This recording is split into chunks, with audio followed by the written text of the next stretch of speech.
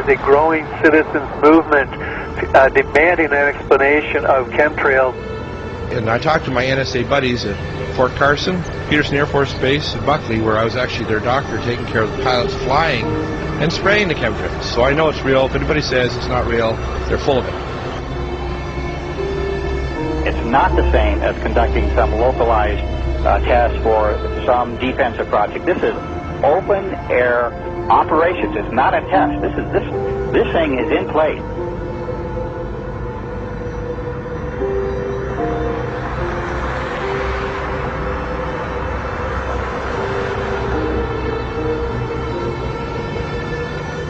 It didn't start until about 1996, exactly.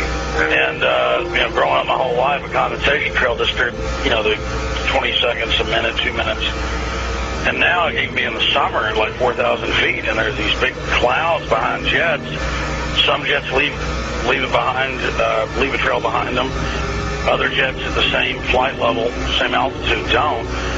And, instead of just getting into are they spraying us or what's changed the jet fuel or what's changed the atmosphere, there are tens of thousands of declassified admissions under different programs where different Pentagon programs, different agencies of the government have tested chemical, biological, and radiological agents on the American people.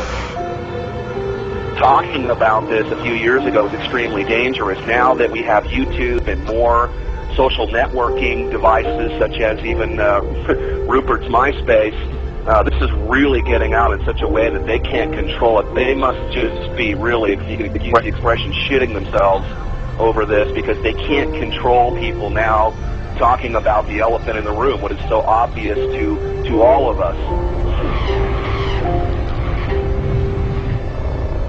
There's a feeling from that area that the states doing all of these weather modification programs might not be doing it for the benefit of the citizens of Texas and other states that they may impact as well. Well, many of the planes that we're seeing here in Abilene will actually turn whatever they're spraying on and off right before our eyes. I mean, you'll see a plane up there flying like normal, and then all of a sudden it starts spraying. We've seen them fly off into the distance and then loop around and fly back again. These are not your typical planes with a preordained path destination from city to city. Someone needs to explain to me why do they stop traveling in one particular direction and then loop around and come back again. They perform this behavior so many times that we start seeing the tic-tac-toe grids in the sky. We're witnessing the giant X's. And I mean, Rosalind, when you and I grew up, these contrails naturally dissipated in a few seconds or perhaps a minute max. But these things expand, they grow bigger, and before you know it, the entire sky is overcast. That's correct. And they are there all day. They do loop the loop around our county and our state. We follow them at times with spotters in different areas, watching the planes loop, come back around. And we know from the FAA records that the jets from commercial airlines fly in straight lines. And coming across our county, there aren't many, and they stay mostly in certain patterns. The jets that we see leaving the persistent jet contrails move in directions that normal jets wouldn't fly because it would use too much fuel and put them off schedule. And the jets that we see here do loops. We've got pictures of them looping the same X's and crosshatches. But I believe that some of that, not only are they looking for keeping something in the air almost all the time, but we feel that some of the markings are to mark the start and stop areas for their programs so that they can watch their experiments either from satellite or the ground.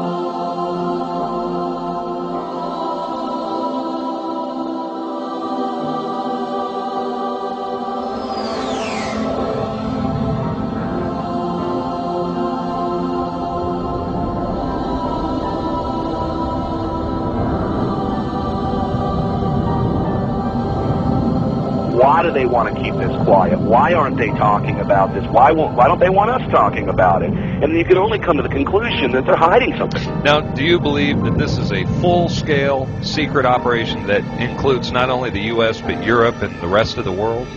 Well, that's apparent because you can see the pictures from all over the world, and I get them constantly. Some areas are worse than others. The excuse for this is, number one, weather modification, number two, to save us from global warming, and number three, to save us from the terrorists. A lot of these programs, of which there are many patterns and which has been designated as wake vortex simulation carried out by NASA Langley Research Center, many of these operations and the patents go on to explain how if there is a biological attack by terrorists at some point, that these exercises and practices will, in a sense, save us with the spider webbery that comes down from the aerosol spraying, potentially gathering the chemical mass spray that could be sprayed on any given population. The problem with that is the terrorists don't have the means to deliver this. They don't have the access to deliver this over the American populace, per se.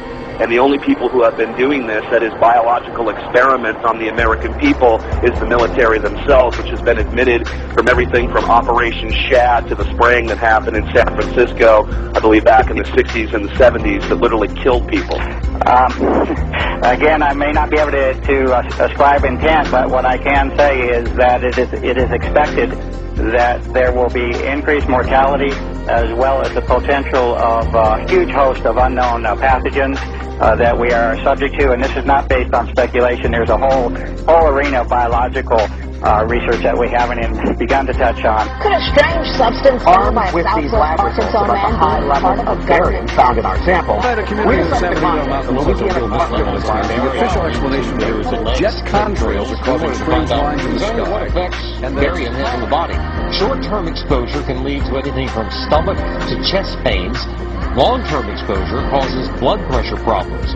Ryan addressed concerns by chemtrail researchers that barium could be meant to wear down a person's immune system. You're talking about dominating our air supply without the human consent in a way that is difficult for many of us certainly to conceive, and certainly many of us refuse to accept it even in the light of sufficient and overwhelming evidence.